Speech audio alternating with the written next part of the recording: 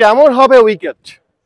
নাজমুল শান্তরা অনুশীলন করলেন, চান্দিকা হাথুরুসিংহ সিংহ ছিলেন, সেই উইকেটটা কেমন দেখলেন তাদের? সে প্রশ্নের উত্তর সম্ভবত চান্দিকা হাথুরুসিংহ সিংহের কাছেও নেই। কেননা যে কুলিস ক্রিকেট গ্রাউন্ডে বাংলাদেশ দল অনুশীলনটা করছে সেখানে কিন্তু ম্যাচ না, ম্যাচটা হচ্ছে ভিভ রিচার্ডস স্টেডিয়ামে, যেখানে একদিন আগে অনুশীলন করেছিলেন ফিল্ডিং।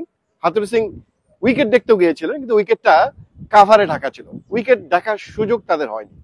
অর্থাৎ অস্ট্রেলিয়ার বিপক্ষে ম্যাচের আগে উইকেট দেখার কোনো সুযোগও আর বাংলাদেশের সামনে থাকছে না। যে উইকেটটাতে খেলা হবে ভিভ রিচার্ডস স্টেডিয়ামের, সেইখানে দুটো উইকেট তৈরি ছিল। সেখানকার উইকেট যদি একটু দেখা যায় বা পরিসংখ্যান দেখা যায়, কেমন হতে পারে উইকেট, কত রান হয়, কিংবা স্পিনার নাকি পেসার কারা দাপট দেখাবেন, সেটা অন্তত কিছুটা আন্দাজ করা যায়। মঙ্গলবার কিছু সময়ের জন্য খোলা হয়েছিল উইকেটের কাভার, তখনও বাংলাদেশ দল এসে পৌঁছায়নি ভিভ রিচার্ডস স্টেডিয়ামে। তবে যমুনা টিভির ক্যামেরায় ধরা পড়ে কাঙ্ক্ষিত সে উইকেটের ছবি।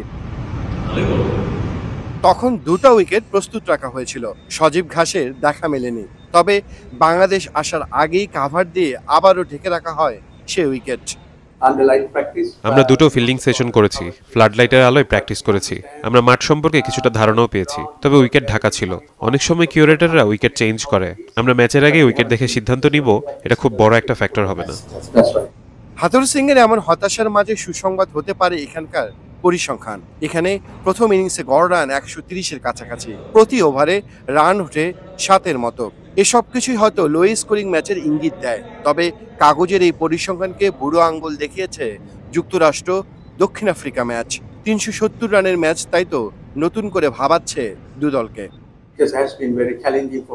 এখানকার উইকেটের চরিত্র বোঝা কঠিন। সেন্ট ভিনসেন্টে আমরা ভেবেছি উইকেট ভালো হবে, কিন্তু ব্যাটিংয়ে নামার পর থেকে একেবারে উল্টো। শুধু স্পিনার না, পেসাররাও দাপট দেখিয়েছে। তাই ওসব নিয়ে ভাবতে চাই না। ব্যাটিং কিংবা বোলিং আমরা ভালো শুরু করতে চাই।